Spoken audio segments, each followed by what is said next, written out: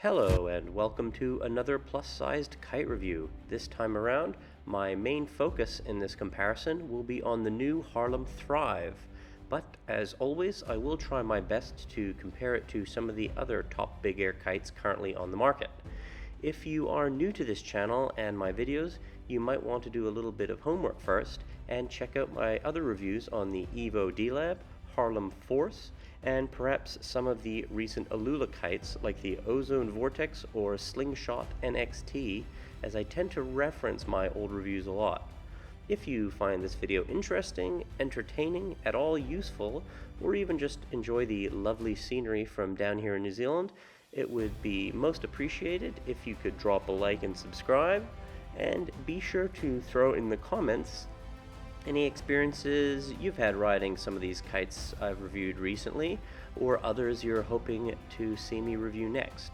You can also keep up with my upcoming kite reviews by following my Instagram, or if you want to hear me talk about my review process, check out the recent edition of the Kitesurf365 Podcast that I did with my friend Adrian, the host, where we talk about my reviews, woo worlds, and what it's like kiting in New Zealand. Now, getting back to the Harlem kite here, as you are all probably aware, this exciting new model was designed in collaboration with Ralph Grossel and manufactured at his industry-leading Brainchild factory in Macedonia. Harlem were kind enough to get me a couple of sizes to demo for this review, a 9 and 12 meter, and they also included their very well-designed new control bar, so of course I'll give you my thoughts on that as well. I don't believe there are any yet available on the Mac kiteboarding site, but I've put a link to the Harlem Force in the description, and I believe they will have some in stock soon. I also included links to the Harlem page and to Brainchild's website in the description, should you want to know more about the kite's technical aspects and some of the fascinating technology involved in its creation and design. I'll pretty much skip over talking all about that myself, because there is plenty of information about it already out there.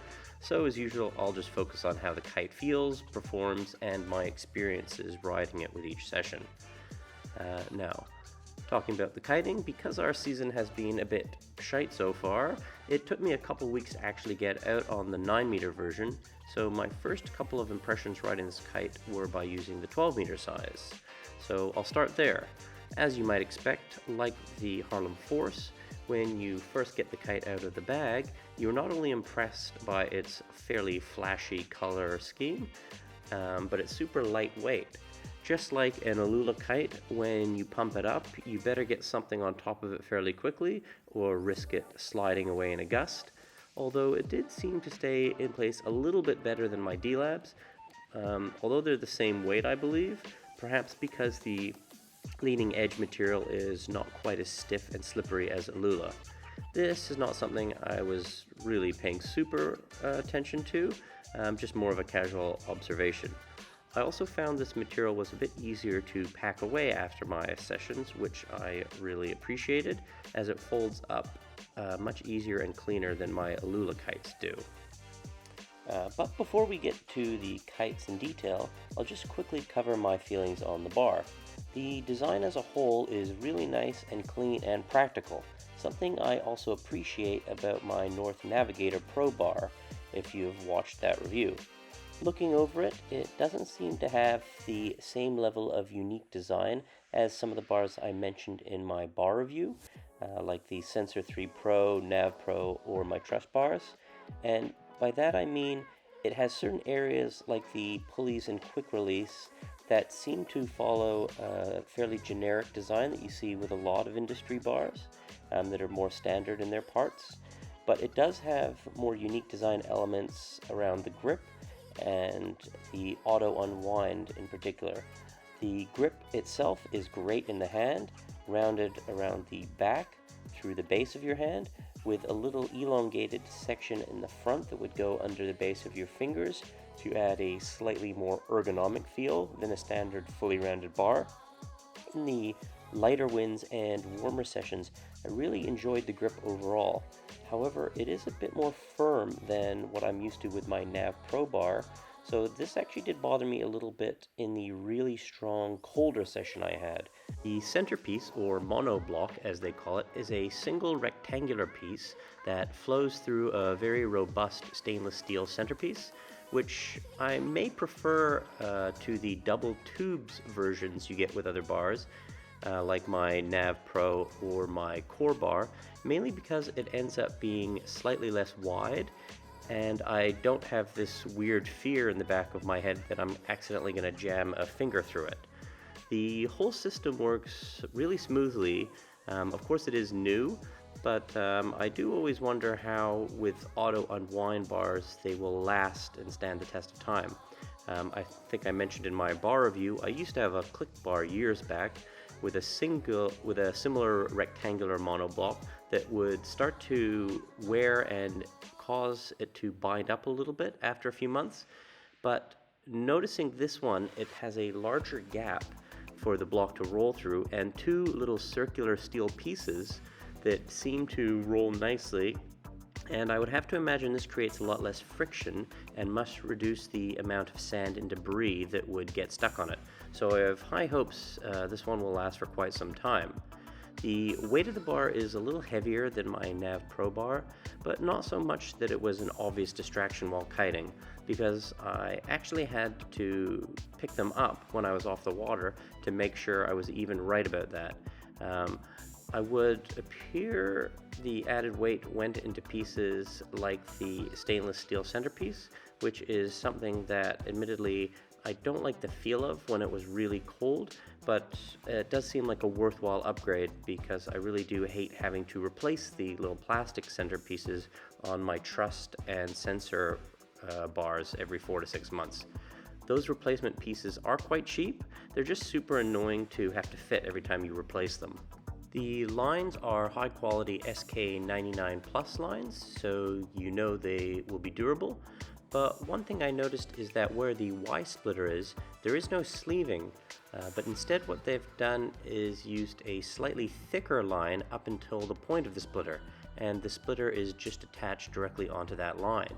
This seems like a logical move to solve the potential wear the Y splitter would cause, but I would still recommend keeping an eye on that area and perhaps move it around every half dozen sessions or so to avoid any wear at a single point. So all in all, this is a great bar and perhaps an ideal option for those high Y riders looking for a simpler, more robust bar option with heavy-duty lines that still has a smooth auto unwind feature. I think because of the slightly softer, friendlier grip, I would still prefer my Nav Pro for low V riding kites, but this one would potentially be my new go-to choice for high Y kites. I'd have to say that although I do still prefer the lighter weight of the truss bar, I just don't like having to replace its parts as often as you do, or getting custom lines like I had to with mine. So now that the bars aside, let's go down to the more serious and interesting stuff, the kites themselves. And we'll get back into my first sessions on the 12 meter size. Launching the kite, you're immediately impressed with how light it feels, not only on the bar, but moving it around the window. The kite is wildly fast and requires very little effort to fly it. I was riding the 12 meter with 24 meter lines mainly, which I found suited this larger size better. I did also try sessions on 22 meter lines, but it gave up a bit of low end and just overall power, so I would certainly suggest sticking with 24 meter lines in the larger size kites if you can. This whole session was only about 15 to 20 knots in the first one, and I was able to consistently ride upwind on my standard board, jump from around 5 to 12 meters in the gusts, and even snuck in a few loops when I would get some stronger wind flow through. Nothing more than about 5 to 8 meters though. For the loops, it was very impressive how quickly the kite got around, given it was a 12 meter, and as you can see here in this clip, keep a nice high, tight angle, allowing me to do the loops fairly easily and get a little catch on them. The clips of these loops were in the stronger parts of the session though, in what I would estimate was only about 18 to 20 knots. In this first session, I did swap over to my 12 meter Evo D-Lab after about an hour, and felt like I noticed it being a little bit heavier on the bar, but certainly within the margin for error. I would say in the on and off wind we were getting, it's a bit hard to judge these things like bar pressure, but with that added bar pressure, I also feel like the kite had more power. And when I went out and started jumping on the Evo, I was getting a little bit higher, particularly in the gusts. When I tested the 12s again in future sessions, I did find the same thing. I would say, at least in this size, after this first test, the Evo did have a little bit better low end, had a bit more potential power, and was just sort of better on the hang time. I noticed the Evo was a little more stable as well as the wind crept up, with it not being as likely to flap in the gusts as you can see in this clip here where we're riding them together. The Harlem did have a tendency to lose its shape as the wind got stronger at times, but luckily never to an amount that seemed to impact its flight characteristics. Later on, when I was able to ride the 9 meter kites in over 35 knots, I will talk more about these. So one significant advantage the Thrive had over my Evo in the 12 meter size was that it seemed to loop faster, and the loops were friendlier, so you could pull the bar in on a smaller jump and get a fairly easy high-angled loop with very little pull. Now, I wouldn't say you could loop it in any less wind than my Evo, because even though the Evo wanted to pull more and come a little lower in the window, it does give you a little more lift and height to compensate. I could tell already on the 12 that with these faster, friendlier loops on the Thrive, that it was going to be an ideal kite for progressing loopers looking to send their first loops, especially if they have to use a larger kite size. Now, a lot of people seem surprised when I say that I loop my 12, but in reality, most modern kites will loop pretty well right up into those larger sizes. You just need enough height, wind, and experience to get the kite around. In the past, I have looped 12 meter orbits and even used to throw my old 2020 12 meter pulse around. I just needed enough wind on those kites to get at least 9 or so meters in the sky, and admittedly you do feel your life flash before your eyes every time the kite would slowly move around and decide if it wanted to go back up above you. So I certainly don't recommend it. The nice thing about these two kites, with the Thrive in particular, is you don't at all feel like you're going to have to take near as much risk, especially when you can get away with looping at only 5 to 6 meters high. Now that I have a pretty good idea of what this kite was all about, I was of course really excited to get the 9 meter in the air, and I finally got the opportunity a little later in Woo Worlds on a team trip down to Plimerton, the spot that often gets some of the strongest, albeit gusty, winds in the country. Luckily, when we got there, it was early enough in the morning before the wind was too nuclear, so I was able to ride the 9, and I got to ride around on the 9 meter Thrive for about an hour. It was, unfortunately, very challenging wind, as it always is there, with big holes and big gusts, but for the most part, I always felt pretty secure on this kite, even though it was my first time on it in this size. I was able to loop it. Literally my first jump, as you can see in this one, was around 10 meters, and I was boosting up to around 18 meters on Woo. Once again, I did find this kite was losing its shape and some stability when the wind would gust over 30-35 knots, but I found it to be mainly when riding back and forth with the kite in a stationary position in the sky. When you seemed to engage the bar and direct the kite, it stayed very responsive, particularly through jumps and kite loops.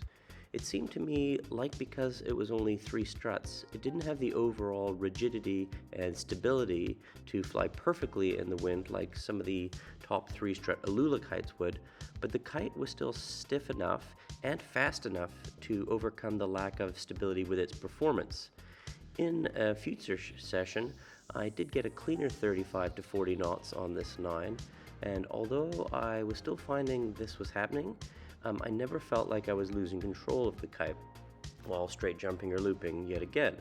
The shaking of the kite did keep me a bit nervous, I have to admit though, so I think it would take something to get used to, and I do have to wonder if it's more or less noticeable in the smaller sizes. I rode this 9 meter, as I said, up to around 40 knots.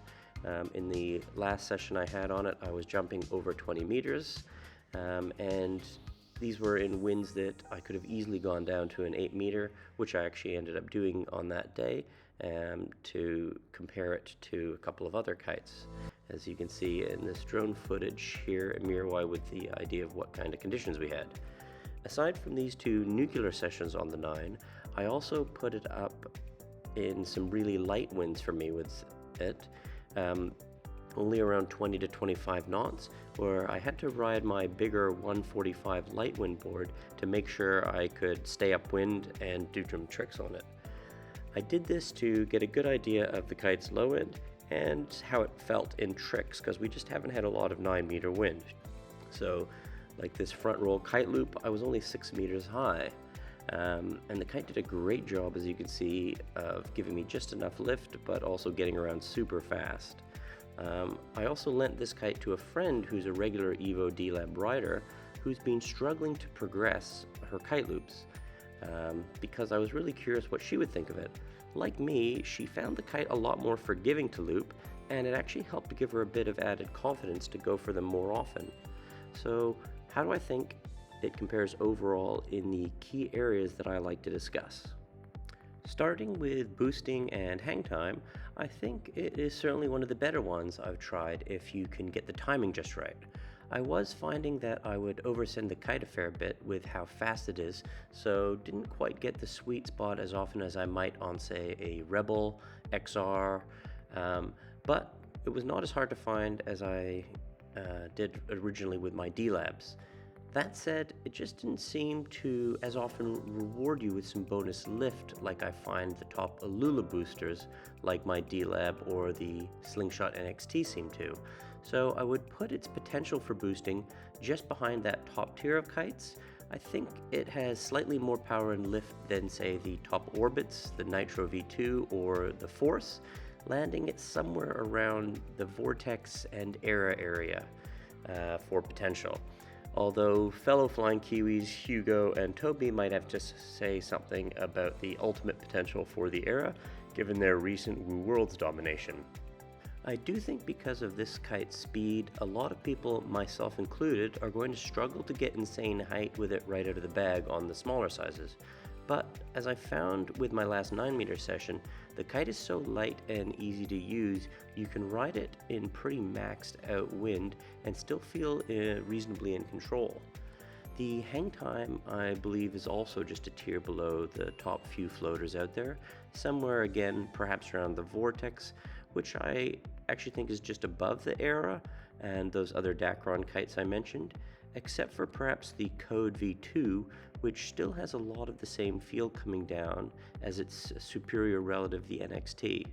As with all kites, keep in mind the way you fly them and your own skill level can often mitigate a kite's advantages or disadvantages to some extent, but I am trying to give my opinion on what type of results most riders would likely get from these kites.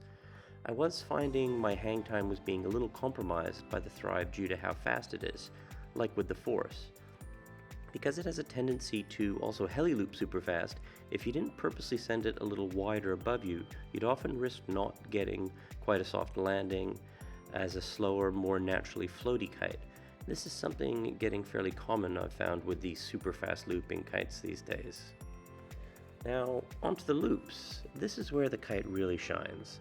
And like its close relative, the Harlem Force, it is without a doubt one of the fastest looping kites on the market. I might put it just behind the Force for its ability to pivot around in a super tight circle, but it wouldn't be beat by very much. I can see why Harlem team rider Lorenzo Casati is really focusing his competition riding on double loops and other kite variations with this kite, because it seems to offer you options nothing else on the market is currently capable of in regards to kite acrobatics.